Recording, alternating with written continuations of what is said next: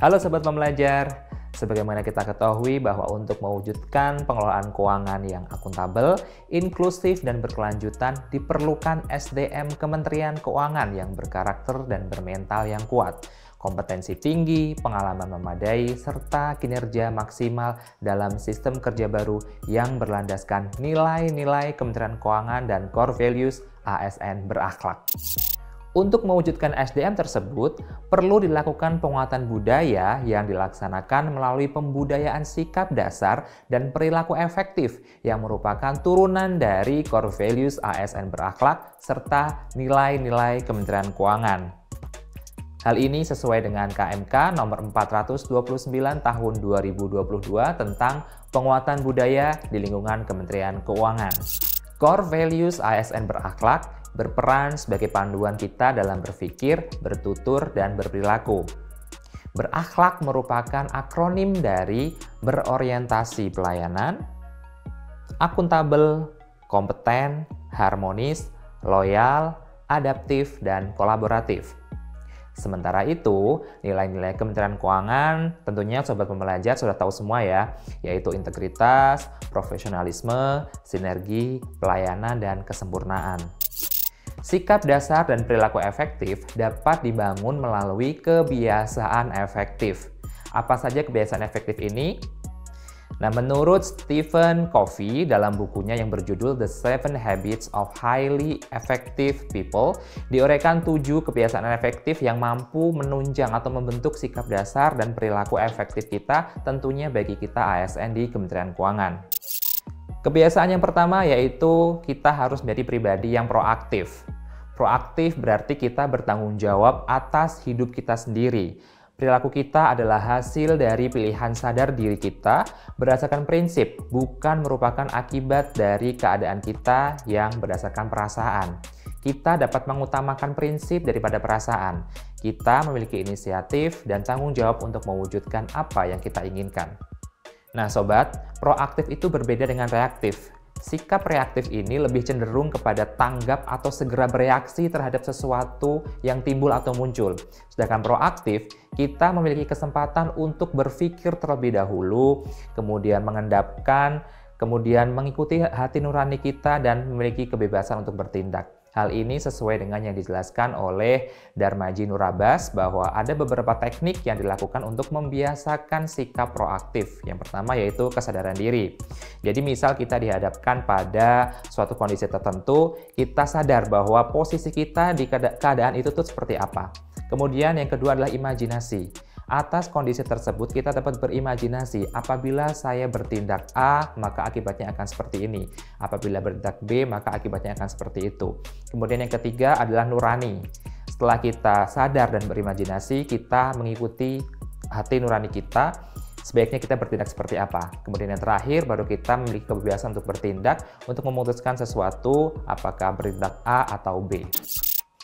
Kebiasaan yang kedua adalah memulai dari tujuan akhir. Kebiasaan ini dapat kita terapkan dengan menentukan visi yang jelas atau tujuan akhir yang fundamental. Hal ini berguna supaya kita tidak mudah terbawa arus dan kita memiliki panduan dalam bertindak setiap harinya dan mempertanggungjawabkan apa yang telah kita lakukan untuk mencapai visi atau tujuan akhir hidup kita tersebut. Kebiasaan yang ketiga adalah tetapkan prioritas. Tentunya kita dalam berkehidupan bekerja memiliki banyak sekali kegiatan ataupun aktivitas. Tetapi kita sebagai manusia tentunya tidak mungkin atau mampu untuk melaksanakan seluruh kegiatan atau pekerjaan tersebut. Sehingga kita perlu untuk menentukan atau menetapkan prioritas pekerjaan mana yang harus kita dahulukan. Supaya waktu yang kita curahkan ini memang betul-betul kita tujukan atau kita lakukan untuk mengerjakan pekerjaan yang menjadi prioritas atau merupakan pekerjaan yang penting. Untuk dapat membuat prioritas suatu kegiatan, kita dapat mengikuti beberapa tips and trick. Yang pertama, kita fokus pada prioritas utama, kemudian kita menghilangkan kegiatan-kegiatan atau aktivitas yang kurang penting atau tidak penting. Dan yang ketiga, kita buat rencana setiap minggunya. Yang keempat, kita tetap tegas ketika harus memilih. Dan yang terakhir, kita dapat membuat matriks waktu. Seperti pada gambar berikut ini. Misal kita akan menentukan kegiatan dalam 1 minggu, maka kita dapat memasukkan seluruh aktivitas apa saja yang akan kita kerjakan dalam 1 minggu, kemudian kita tentukan mana yang harus kita kerjakan terlebih dahulu, dan tentukan mana yang bisa dihapus atau dihilangkan. Kemudian kita masukkan ke matriks prioritas waktu seperti pada gambar berikut ini. Kebiasaan yang keempat adalah berpikir kemenangan bersama.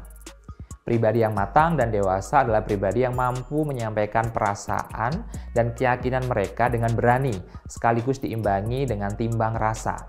Berusaha memahami dan mendengarkan pikiran dan perasaan orang lain dengan cara menghargai mereka, khususnya jika menyangkut persoalan yang penting bagi kedua belah pihak.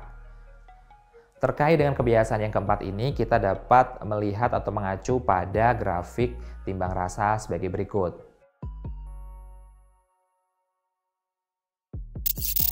Di kebiasaan ini, kita akan menghargai kemenangan orang lain sama seperti kita menghargai kemenangan diri sendiri, sehingga kita perlu mengidentifikasi kemenangan kita dan orang lain. Kemenangan bersama ini memandang kehidupan sebagai arena kooperatif, bukan kompetitif.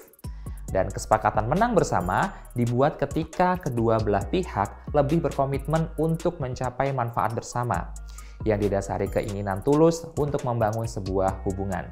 Kebiasaan yang kelima adalah saling memahami. Supaya kita dapat dipahami orang lain, maka pertama kali kita harus mampu dan mau untuk memahami orang lain. Kita harus menjadi pendengar yang efektif dan empatik dan berusaha dimengerti dengan cara yang sopan. Melalui kebiasaan ini, kita yakin bahwa akan memiliki pengaruh yang lebih besar pada orang lain jika sungguh-sungguh mau mengerti mereka terlebih dahulu. Kebiasaan yang keenam yaitu bersinergi. Sinergi merupakan kebiasaan untuk membuat sesuatu yang lebih dari apa yang sudah ada dalam pikiran kita masing-masing.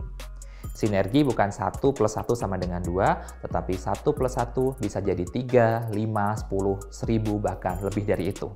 Sinergi ini akan terwujud jika kita mampu menghargai perbedaan dan dapat mencari alternatif ketiga, sebagaimana pada gambar berikut ini.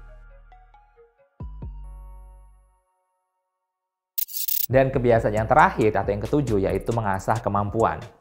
Kita harus mau terus mengasah kemampuan dan meluangkan waktu untuk diri kita sendiri sehingga kita mampu untuk melakukan hal-hal lainnya. Baik sobat pembelajar, demikian tadi 7 kebiasaan efektif yang dapat membantu kita untuk membentuk atau membangun sikap dasar dan perilaku efektif bagi pegawai Kementerian Keuangan.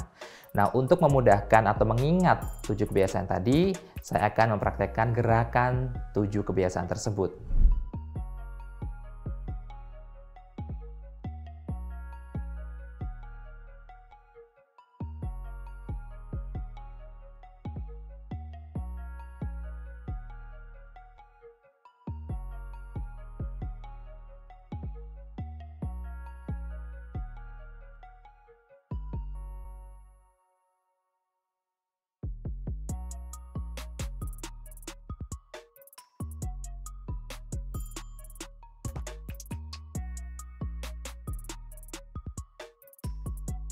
Baik sobat pembelajar, demikian tadi penjelasan mengenai 7 kebiasaan efektif yang tentunya kita harapkan dapat membantu untuk membentuk sikap dasar dan perilaku efektif kita pegawai Kementerian Keuangan yang dapat kita terapkan dalam kehidupan sehari-hari, tentunya di kehidupan pekerjaan kita.